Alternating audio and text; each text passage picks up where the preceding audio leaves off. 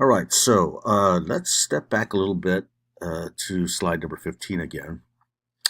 And we were spending time specifically on Spanish colonization. Let's recall that Spain is really spearheading the European effort towards a New World colonization.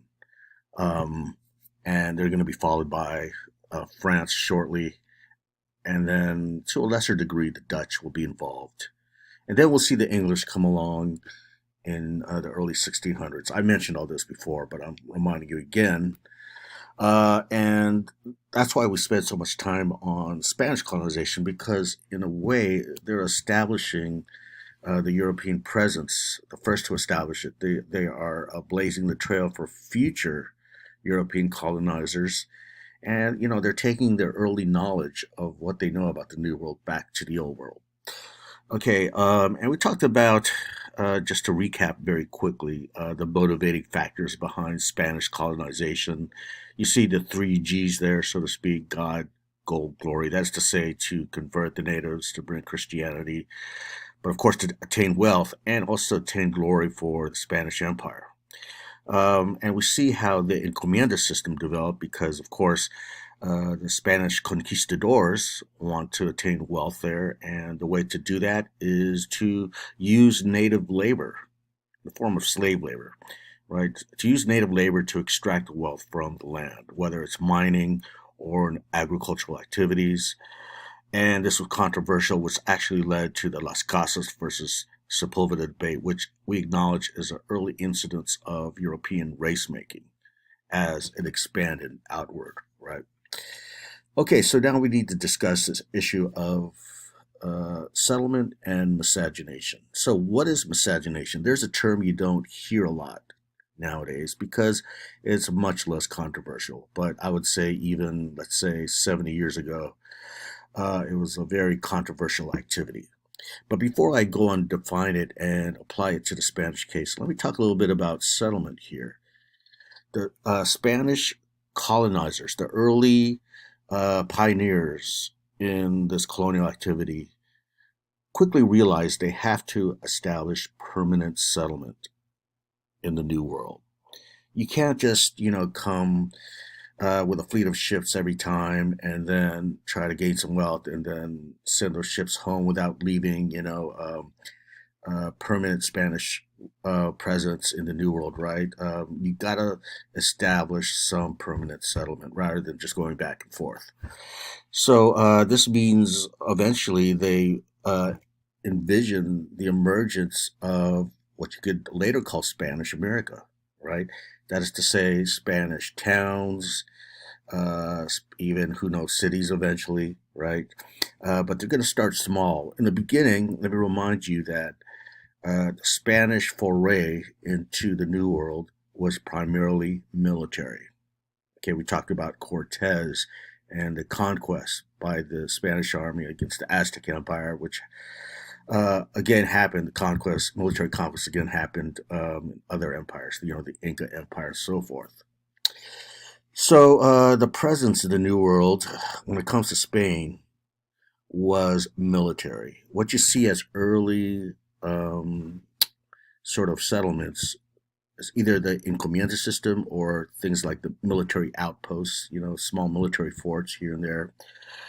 Um, so another thing that's important to recognize about Spanish colonization is that it was a very centralized effort. What does this mean?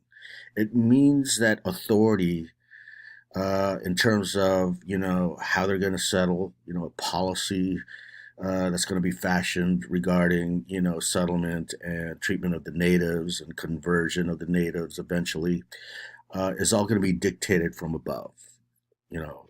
So it's centralized in its authority. It's really emanating first and foremost from the Spanish king, the Spanish crown. What the crown says goes, and it's, they're at the very top, and it percolates downward to those below them.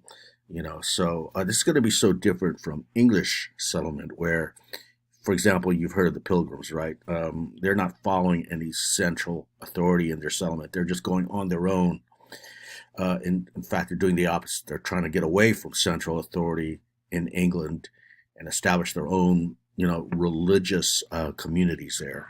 Anyway, I'm jumping way ahead with the English example of the Pilgrims and the Puritans, but I just want to underscore the fact that this centralized authority is important to understand, especially when we compare it to the English settlement. Okay, so the central authority here realize that again they need to establish permanent settlement. But how are you supposed to do this, right? If they are the Spanish, that is, if they're constituted by soldiers, right? Again, this is not the later English example of say Puritans with their whole families coming over, you know, uh, husband, wife, and children. No, they're just young, unmarried men, most of them.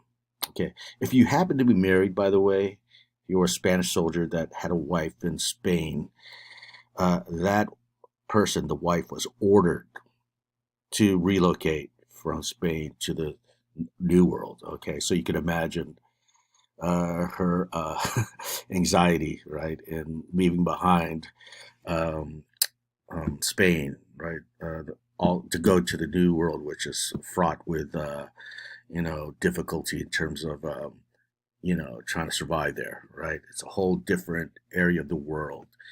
But most of these guys, these young soldiers, were exactly that. They're young and unmarried.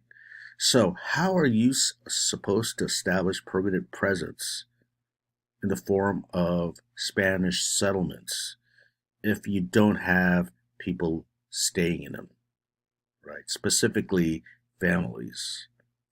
All right. Well, this brings us to the concept of miscegenation. And miscegenation is basically this.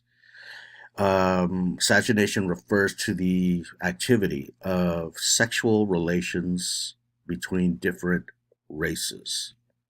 Okay. And, obviously that includes marriage, right? So when you have offspring, in other words, um, as I mentioned, it's very controversial, excuse me, even a few decades ago in U.S. history, let alone other parts of the world, right? And we keep talking about how race is a social construction.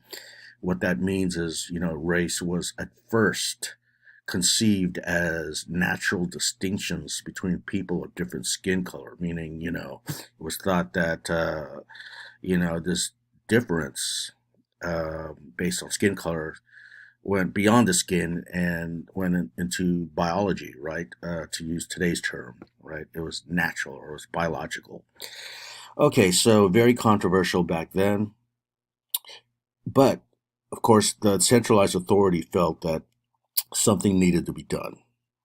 So what they did, because it was considered an urgent situation, they mandated the sexual relations with the young men to be forged, sexual relations to be forged with native women.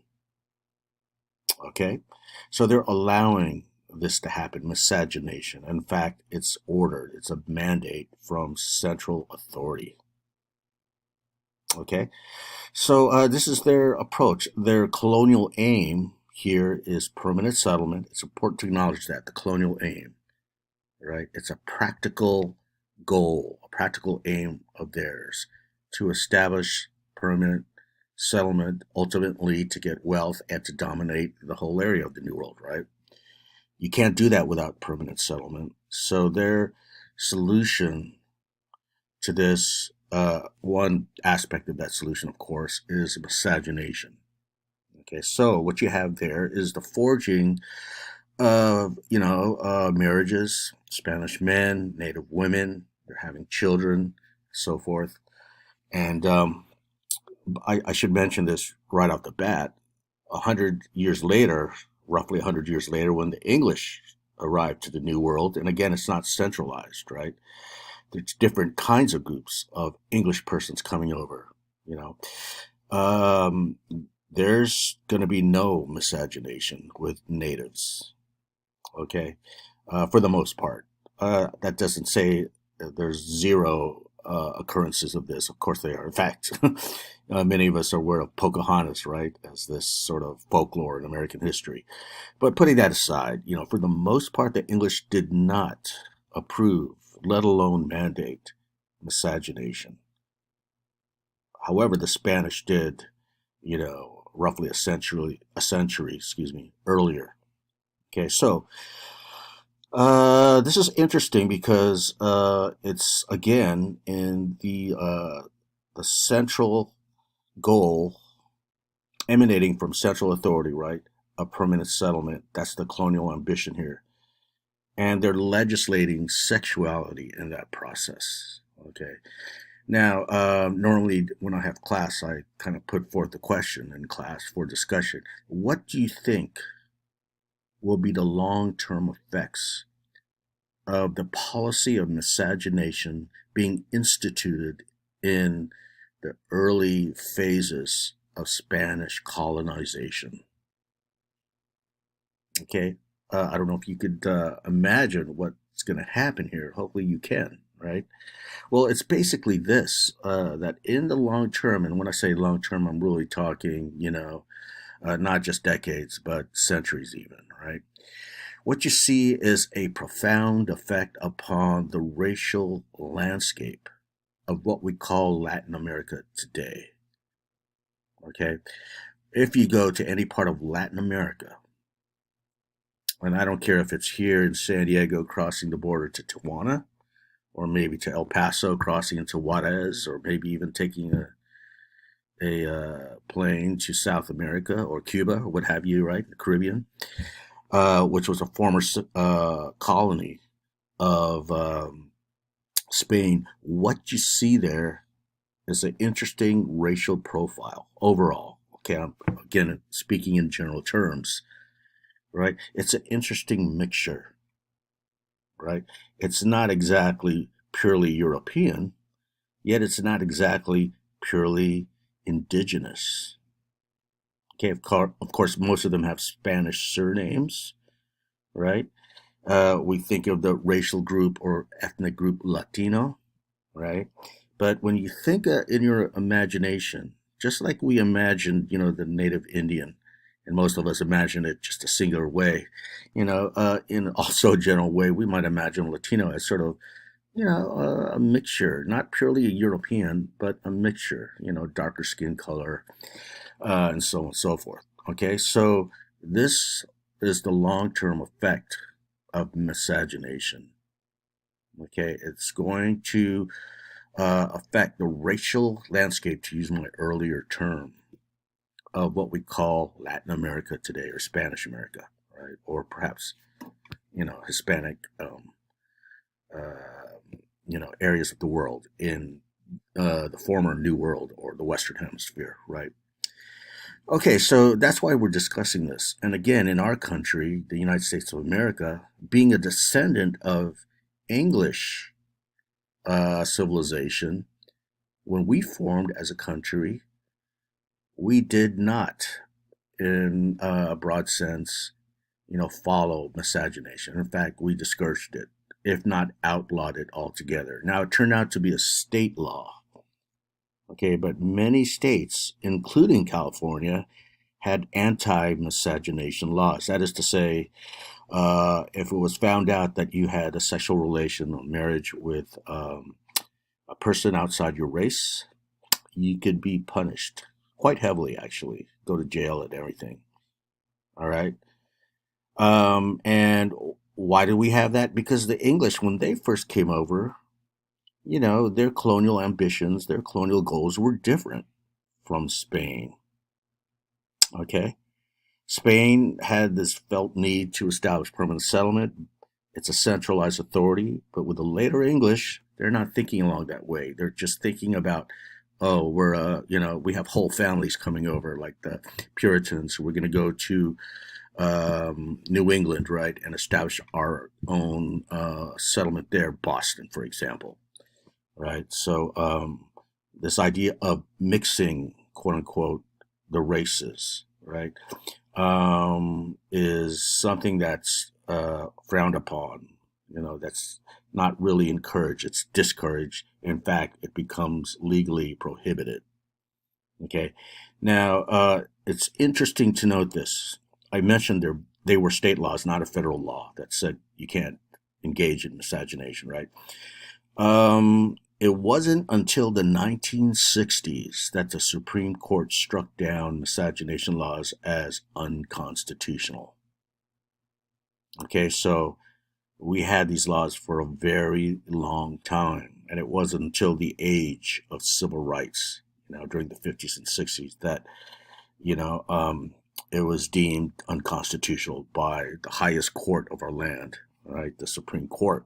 So there you go. This shows the lingering effects of anti-miscegenation. In fact, today, we just took our census this year. You have categories like white, African American, Caucasian, maybe it's called instead of white. I'm not sure. Right. And by the way, the fact that the census constantly changes every 10 years is an indication itself that race is a fluid construct. It's never set in stone, right? It always changes because it's a social construction. In any case, in our country, if you had a person coming from, let's say, Mexico or Venezuela, right? Venezuela, and coming to the United States, crossing the border and going north, they would notice the racial landscape being different from their perspective. They would say, wow, there's this white category, right? So-called Caucasian, that has a heavier presence in the United States than in our country. But both areas, whether Latin America or English America, right, which would become the United States and Canada, they started out as colonies. They just had different colonial ambitions, colonial policies, right? And that's why you had this differentiation in what I mentioned as a racial landscape. So that goes to show the long-term effects of miscegenation in our country. Okay, and obviously it's tied to race. There's a movie actually that was out. I'm not sure when it was released, and I haven't seen it. I heard it was good, but it's called Loving, and it's about the couple. This white husband who wanted to get, or white person, a man who wanted to get married to African American women, but they were forbidden by law to do it, prohibited by law. So they challenged it, and it went all the way to the Supreme Court, and that's the court case that toppled anti-miscegenation laws. Okay, it's called Loving because the gentleman's his last name was Loving, kind of paradoxically, like coincidentally, right? I heard it was a good movie, but it's obviously historic in its importance, right? Okay, so that's the issue of settlement. Hopefully, you could see the relation there between settlement and centralized authority and miscegenation, all wielding a profound influence upon race in Spanish America.